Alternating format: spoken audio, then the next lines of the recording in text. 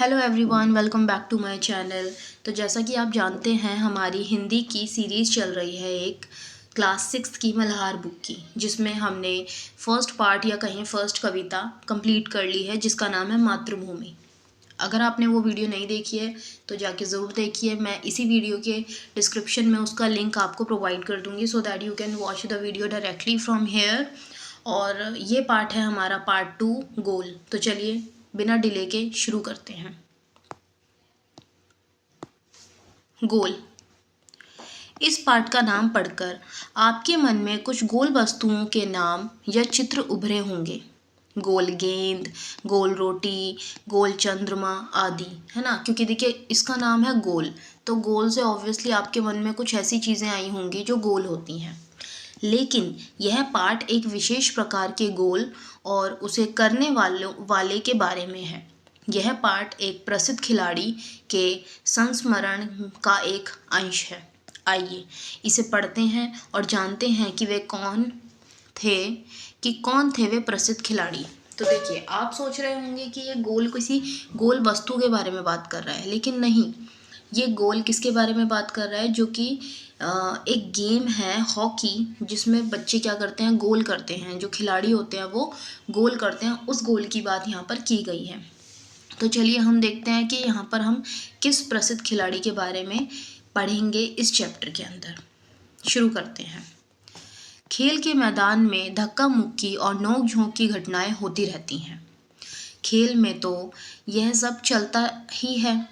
जिन दिनों हम खेला करते थे उन दिनों भी यह सब चलता था। तो यहाँ पर जो हमारे खिलाड़ी हैं, जो हमारे इसके कहानी के जो लेखक हैं, वो अपनी खुद की बात बता रहे हैं यहाँ पर कि जब हम कोई खेल खेलते हैं तो उसमें छोटी मोटी धक्का मुक्की, छोटी मोटी या फिर कोई नोक झोंक की घटनाएं जो हैं वो हो जाती हैं।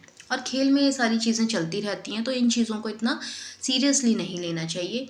जब भी कोई गेम खेलता है, छोटी मोटी नोक झोंक सब में चलती रहती हैं। तो अब वो बताते हैं सन 1933 की बात है। अब वो इस टाइम की बात बता रहे हैं। उन दिनों में मैं पंजाब रेजिमेंट की ओर से खेला करता था। इस टाइम पर जो है, जो खिलाड़ी हैं यहाँ पर जो बता रहे हैं, वो पंजाब रेजिमेंट की तरफ से खेलते थे। एक दिन पंजाब रेजिमेंट और सैम्पर्स एंड माइनर्स टीम, एक टीम है सैम्पर्स एंड माइनर्स, ठीक है, दो टीम्स हैं ये, सैम्पर्स और माइनर्स, ये दो टीम्स हैं, के बीच मुकाबला हो रहा था। ठीक है। माइनर्स टीम के खिलाड़ी मुझसे गेंद छीनने की कोशिश करते, लेकिन उनकी हर कोशिश बेकार जाती। ओके, तो देखिए क्या था, सैम्पर्स टीम जो थी वो इन्हीं की थी, इन्हीं खिलाड़ी की जो बात कर रहे हैं, और एक सामने टीम थी अपोजिट में जो थी माइनर्स टीम।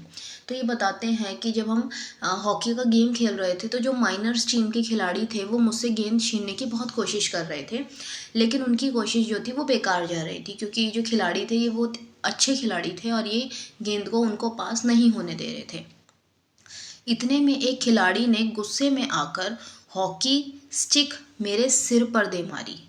मुझे मैदान से बाहर ले जाया गया। तो देखिए यहाँ पर क्या हुआ, क्योंकि जो माइनर्स टीम थी वो गेंद नहीं छीन पा रही थी, तो उसके एक खिलाड़ी ने गुस्से में आके ये जो जिनकी हम बात कर रहे हैं, यहाँ के जो इस कहानी के जो लेखक हैं वो बता रहे हैं कि उस खिलाड़ी ने गुस्से में आकर जो स्टिक थी, हॉकी स्टिक, वो मेरे सर पे मार दी थी। मतलब फिर उनको चोट वगैरह लग गई होगी, इसलिए उनको मैदान के बाहर ले जाया गया। थोड़ी देर बाद मैं पट्टी बांधकर फिर मैदान में आ पहुंचा। यानी कि मतलब इतनी सीरियस चोट नहीं होगी, थोड़ी बहुत लग गई होगी, बट उन्होंने क्या किया था, पट्टी कर ली थी। आते ही मैंने उस खिलाड़ी की पीठ पर हाथ रखकर कहा, अब आए हैं तो चोट लग गई है, हो सकता है झगड़ा हो, लेकिन उन्होंने बहुत ज़्यादा शांति से काम लिया और उन्होंने क्या करा, उसकी पीठ पर हाथ रखकर कहा, तुम चिंता मत करो, इसका बदला मैं ज़रूर लूँगा। ठीक है। तो ऑब्वियसली बात है, जब कोई तुमसे ऐसे बोलेगा तो तुम डर जाओगे कि वो सामने वाला इंसान क्या करने वाला है। ये बहुत ही ज़्यादा थोड़े से गुस्से वाले वर्ड्स थे कि तुम चिंता मत करो, इसका बदला मैं ज़रूर लूँगा। मेरे इतना कहते ही वह खिलाड़ी घबरा गया। ऑब्वियसली हर कोई घबरा जाएगा। अब हर समय मुझे ही देखता रहता कि मैं कब उसके सिर पर हॉकी स्टिक मारने वाला हूँ, क्योंकि ऑब्वियसली सामने वाले ने हॉकी स्टिक मारी है तो शायद मैं ना मार दूँ, उसको ये डर था। मैंने एक के बाद एक झटपट 6 गोल कर दिए। अब उसने कितने 6 गोल कर दिए, 6 गोल। अब ये गोल कौन है, ये गोल गोल चीज़ नहीं है, ये गोल है जिसमें हम गोल करके जीत जाते हैं। खेल खत्म होने के बाद मैंने फिर उस खिलाड़ी की पीठ थपथपाई। अब पहले एक बार थपथपाई थी यहाँ पर, अब उसने फिर से उसकी पीठ थपथपाई और कहा, अब क्या कहा उसने, दोस्त खेल में इतना गुस्सा अच्छा नहीं। क्या कहा उसने, दोस्त खेल में इतना गुस्सा अच्छा नहीं, मैंने तो अपना बदला ले ही लिया है। अगर तुम मुझे हॉकी नहीं मारते तो शायद मैं तुम्हें 2 ही गोल से हराता। तो उन्होंने इतनी बात कही थी, यहाँ से लेकर पूरी यहाँ तक उन्होंने कहा था कि इतना गुस्सा अच्छा नहीं होता। मतलब मैंने तो अपना बदला ले लिया। कैसे बदला लिया, 6 गोल मार के हरा दिया उस टीम को, है ना, माइनर्स टीम को हरा दिया उसकी टीम को। तो इसमें यही कहा है कि अगर तुम मेरे सर पे नहीं मारते तो शायद मैं तुम्हें सिर्फ 2 गोल से हराता। क्योंकि तुमने मेरे सर पे मार दी थी तो मैंने एक्स्ट्रा 4 यानी कि मैंने 6 गोल से तुम्हें हराया है और यही मेरा बदला था। वह खिलाड़ी सचमुच बड़ा शर्मिंदा हुआ। अब उसको यही शर्मिंदगी फील हुई। तो देखा आपने मेरा बदला लेने का ढंग, तो वो कहते हैं कि यही था मेरा बदला लेने का ढंग। सच मानो बुरा काम करने वाला आदमी हर समय इस बात से डरता रहता है कि उसके साथ भी बुराई की जाएगी। ठीक है, तो इसमें यही कहा गया है कि जो इंसान बुरा करता है उसको लगता रहता है कि मैंने किसी के साथ गलत किया है तो हो सकता है मेरे साथ भी बुरा होगा। आगे, आज मैं जहाँ भी जाता हूँ बच्चे व बूढ़े मुझे घेर लेते हैं और मुझसे मेरी सफलता का राज जानना चाहते हैं। ओब्वियसली जब कोई प्लेयर जो होता है वो जीत जाता है तो सब उससे पूछते हैं आपने कैसे किया, क्या क्या आपने कितनी प्रैक्टिस की थी, ये सब डाइट वगैरह हर चीज़ पूछते हैं, एक्सरसाइज टाइम कैसे कैसे मैनेज किया, ये सब। मेरे पास सफलता का कोई मंत्र तो है नहीं। हर किसी से यही कहता कि लगन, साधना और खेल भावना ही सफलता के सबसे बड़े मंत्र हैं। तो उसने यही कहा कि मेरे पास ऐसी कोई चीज़ नहीं है, जो कोई गुरु मंत्र नहीं है मेरे पास। हमें लगन से कोई काम करना चाहिए, साधना से और खेल भावना की सफलता से हम किसी भी चीज़ को जीत सकते हैं। मेरा जन्म सन 1905 में प्रयाग में एक साधारण परिवार में हुआ। यानी कि अब उन्होंने अपनी उम्र बताया, मतलब उम्र क्या, उन्होंने बताया कि उनका जन्म कब हुआ था। 1905 में कहाँ हुआ था, प्रयाग में हुआ था। बाद में हम झांसी आकर बस गए। 16 साल की उम्र में मैं फर्स्ट ब्राह्मण रेजिमेंट में एक साधारण सिपाही के रूप में भर्ती हो गया। कहाँ पर, फर्स्ट ब्राह्मण रेजिमेंट होगा कोई, वहाँ पर ये सिपाही के रूप में भर्ती हो गए थे। मेरी रेजिमेंट का हॉकी खेल में काफ़ी नाम था, पर खेल में मेरी कोई दिलचस्पी नहीं थी। मतलब जब मैं वहाँ गया तो उस टाइम मैं शुरू की ये बात बता रहे हैं कि मैं वहाँ पर जो है हॉकी में पहले मेरा कोई ख़ास इंटरेस्ट था नहीं, है ना। उस समय हमारी रेजिमेंट के सूबेदार मेजर तिवारी थे। कौन थे, सूबेदार मेजर तिवारी थे। वे बार बार मुझे हॉकी खेलने के लिए कहते थे। हमारी छावनी में हॉकी खेलने का कोई निश्चित समय नहीं था। सैनिक जब चाहे मैदान पहुंच जाते और अभ्यास शुरू कर देते। उस समय तक मैं एक नौसिखिया खिलाड़ी था। यानी कि वो अपने पहले की बात बता रहे हैं कि मुझे हॉकी में पहले कोई इतना खास इंटरेस्ट नहीं था। धीरे धीरे जब हम वहाँ रहने लगे, लोगों के साथ मिलने लगे, किसी ने मुझे बहुत फोर्स किया खेलने के लिए, तब जाकर ये मेरा धीरे धीरे इंटरेस्ट बनने लगा। वरना मैं पहले क्या था, नौसिखिया था, मैं बहुत ही ज़्यादा बिगनर्स था इस गेम में। जैसे जैसे मेरे खेल में निखार आता गया वैसे वैसे मुझे तरक्की भी मिलती गई। यानी कि एक ही काम को जब बार बार करते जाते हैं तो उस चीज़ में हमें एक्सपर्टाइज हासिल हो जाती है, जिससे हमारा काम जो है बहुत ज़्यादा अच्छा दिखता है।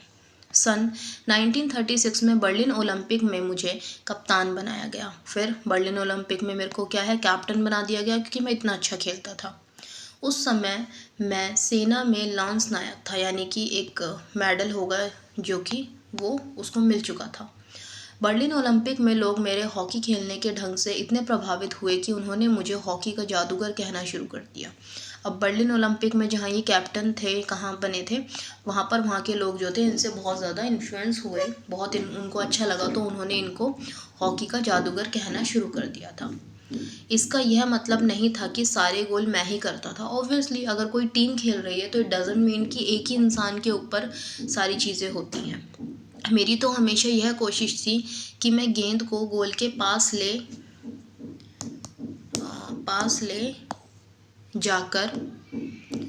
ले जाकर अपने किसी साथी खिलाड़ी को दे दूं ताकि उसे गोल करने का श्रेय मिल जाए। यानी कि वो ये नहीं करते थे कि सारी चीज़ मैं ही करूं, वो क्या करते थे, उस बॉल को किसी तरह वहां तक पहुंचा देते थे और बाकी काम जो होता था वो बाकी खिलाड़ियों का होता था गोल करने का। अपनी इसी खेल भावना के कारण मैंने दुनिया के खेल प्रेमियों का दिल जीत लिया। अब दुनिया का दिल जीत लिया क्योंकि जैसे जैसे वे खेलते गए उन्हें वैसे वैसे जो है अवार्ड्स मिलते गए, वो और कैप्टन बने, सब कुछ बने, तो इस तरीके से वो काफ़ी फेमस हो गए। बर्लिन ओलंपिक में हमें स्वर्ण पदक मिला, जहाँ के वो कैप्टन थे, जहाँ जादूगर कहा गया वहीं पर उनको क्या मिला, स्वर्ण पदक, यानी कि उनको गोल्ड मेडल मिला। खेलते समय मैं हमेशा इस बात का ध्यान रखता था कि हार जीत मेरी नहीं बल्कि पूरे देश की है। यानी कि वो हमेशा ये सोचते हैं कि अगर मैं खेल रहा हूँ तो सिर्फ केवल ये मेरी ही जीत नहीं होगी, ये हमारे पूरे देश की जीत होगी। तो ये कौन थे, मेजर ध्यानचंद। ओके, तो ये एक छोटी सी जो है हमारी स्टोरी थी ध्यानचंद जी की, जो कि एक हॉकी के बहुत अच्छे प्लेयर थे। तो आपको भी अच्छी लगी होगी, तो आप भी कमेंट करके बताइए कि आपका फेवरेट गेम कौन सा है। और इसी तरीके से ये सीरीज़ हमारी चलती रहेगी। अगर आपको वीडियोस अच्छी लगती हैं तो चैनल को सब्सक्राइब कर लीजिए, क्योंकि अगर आप 6th क्लास में हैं तो यहाँ पर आपको 6th क्लास का पूरा कंटेंट अवेलेबल होगा। ओके, तो चलिए मिलते हैं नेक्स्ट वीडियो में। Bye bye, take care.